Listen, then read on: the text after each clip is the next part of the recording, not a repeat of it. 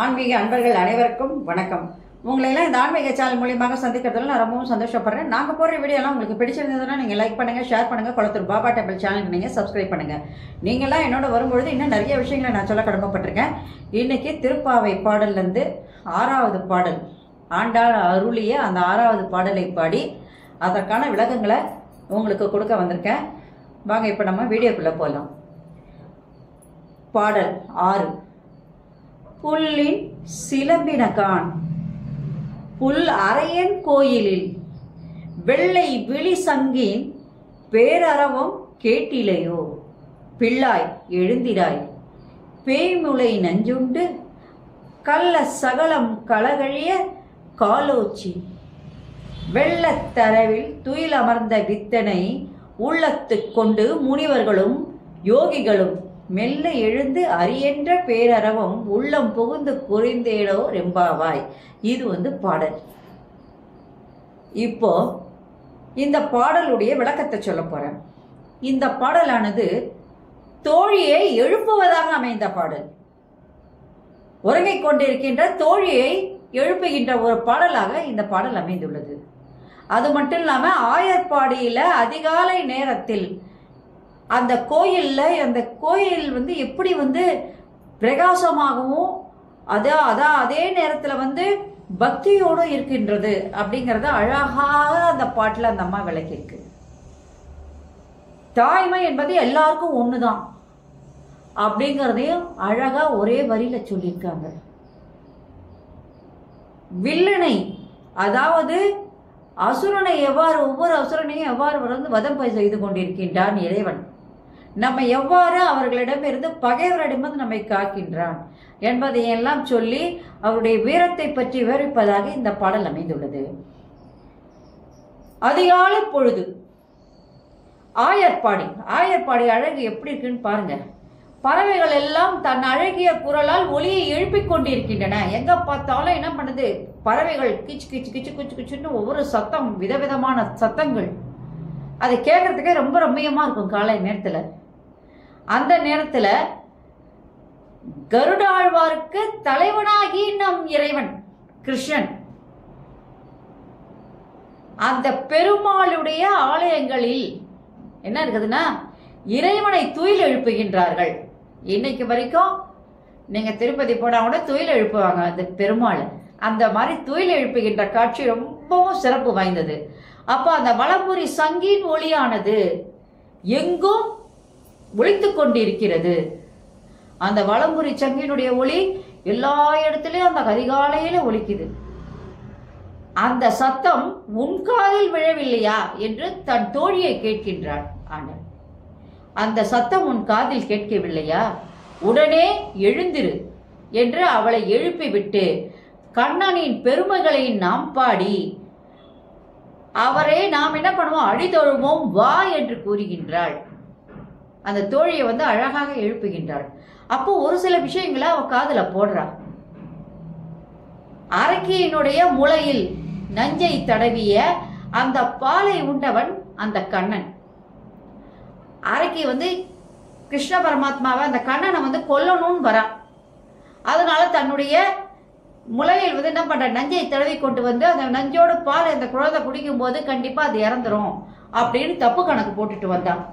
ஆனால் அந்த இறைவனாகிய கண்ணன் என்ன பண்ணா, அவள் மார்பில் உள்ள அந்த பாலை குடிக்கும் போது, அந்த நச்சு தடவிய அந்த பாலை குடிக்கும் பொழுது முழுவதுமாக அவள் உடல் தளர்ந்து விடும்படியாக மொத்தத்தையும் உறிஞ்சிட்டான்.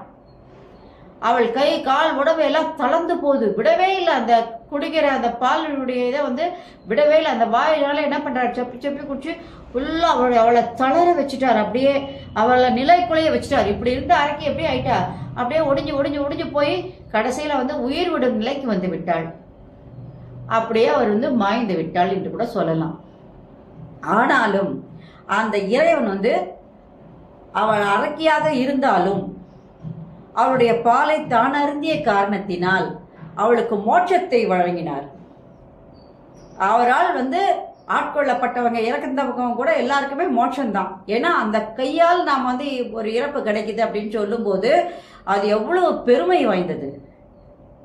அதனால் இப்போ நம்ம சொல்லுவோம், அம்மா உன் மடியில் நான் தலை வச்சு என் உயிர் போனால் கூட பரவாயில்ல அப்படின்னு சொல்கிறவங்க இருக்காங்க.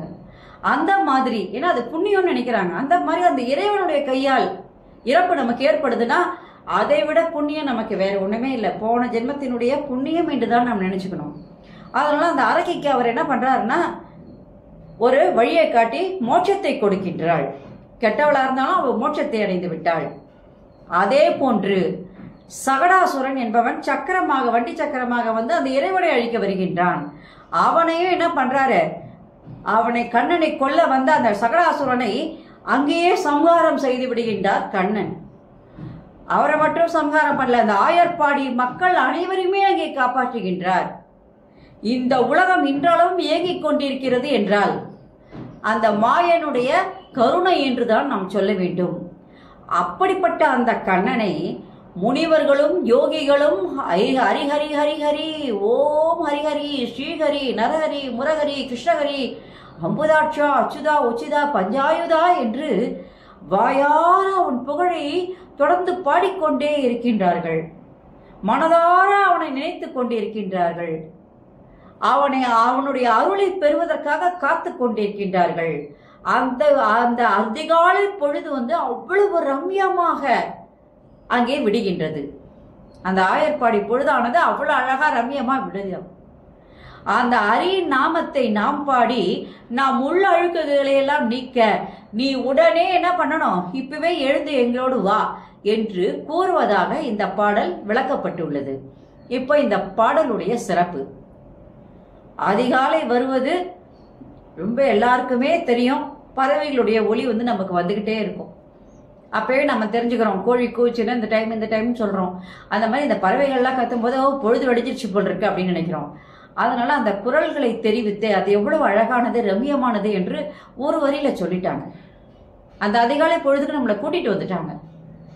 அதே நேரத்துல கருடன் வந்து இறைவனுக்கு வாகனம் என்று சொல்லும் பொழுது அந்த கருடாழ்வாருக்கு தலைவனாகி அந்த கண்ணனை அங்கே சிறப்பித்து கூறும்பொழுது கருடாழ்வாரையும் கொண்டு வந்து விட்டார். திருமாலை துயில் எழுப்பும் போது அந்த வலம்புரி சங்கினுடைய ஒளியானது எவ்வாறு சிறப்பு வாய்ந்தது என்பதை கூறுகின்றார். அப்புறம் ஒவ்வொரு கோயில்களிலும் அந்த அதிகாலை நேரத்தில் மார்கழி மாசத்துல எப்படி வழிபாடுகள் நடைபெறுகிறது என்பதை அன்று சுட்டி காட்டுகின்றார். அது பிரகாரம் தான் இப்பவும் எல்லா பெருமாள் கோயில்களையும் காத்தால பாத்தீங்கன்னா காலையிலேயே விசேஷமான பூஜைகள் நடைபெறும். நாச்சியார் பூத பெண்ணுக்கு மோட்சம் கொடுத்ததை கூறுகின்றார். அது மட்டும் இல்லாம அந்த மோட்சம் அவளுக்கு எப்படி கிடைச்சது, அவ கெட்டவளா இருந்தாலும் அவளுக்கு மோட்சத்தை கொடுக்கக்கூடிய அருள் வாய்ந்தவர் அந்த கண்ணன். கெட்டவங்களுக்கும் நல்லதை செய்யுங்கன்றத ஒரே வார்த்தையில சொல்லிட்டாங்க. அடுத்தது சகடாசுரனை அழித்து அந்த ஆயர்பாடி மக்களை எல்லாம் காத்தவன். அவங்களுடைய நலனுக்காகவே அந்த இறைவன் அங்கே ஆயர்பாடியிலே வளர்ந்து கொண்டிருக்கின்றார். அதனால அந்த கண்ணனினுடைய பெருமைகள் எல்லாம் சொல்லி பெருமாள் கோயில்களில் அதிகாலையில் வழிபாட்டின் சிறப்பினை இப்பாடலில் அழகாக விவரித்து கூறுகின்றார். இவ்வாறு சொல்லும் பொழுது இந்த அம்மாவோட பாட்டெல்லாம் ஒன்னொன்னா பார்த்துன்னு வாங்க, எல்லாமே அந்த மாமியாருடைய வீட்டை சார்ந்துதான் இருக்கும். அப்போ தன்னுடைய கணவன் எப்படிப்பட்ட திறமுடையவன், வீரமுடையவன், அன்புடையவன். வீரம் என்று சொல்லும் பொழுது அவன் சகடாசுரனை அழித்தான், அந்த அரக்கியை அழித்தான். ஆனால் உள்ளத்தில் அன்பு உள்ளவன் என்று சொல்லும் பொழுது அவர்களுக்கு அவன் மோட்சத்தை கொடுத்தான். கண்ணன் என்பவன் எல்லாராலையும் வணங்கத்தக்கவன், போற்றக்கூடியவன், கடவுள். அவனை நாம் இப்பொழுதே தொழுதால் நமக்கு மறுபிறவி இல்லை, நமக்கும் கண்டிப்பாக என்ன இருக்கு, மோட்சம் என்பது உண்டு என்பதை அழகாக இந்த பாடல்களிலே விவரித்து கூறுகிறார் என்றுதான் சொல்ல வேண்டும். இதுவே இப்பாடலுடைய சிறப்பு. நன்றி, வணக்கம். இந்த வீடியோ உங்களுக்கு பிடிச்சிருந்ததுன்னா நீங்கள் லைக் பண்ணுங்க, ஷேர் பண்ணுங்க, கொளத்தூர் பாபா டெம்பிள் சேனலுக்கு நீங்கள் சப்ஸ்கிரைப் பண்ணுங்க. நீங்களாம் என்னோட வரும்பொழுது இன்னும் நிறைய விஷயங்களை நான் சொல்ல கடமைப்பட்டிருக்கேன். நன்றி, வணக்கம். அனைவருக்கும் நலம் உண்டாகட்டும். Subscribe to my channel and please press the bell icon for more videos.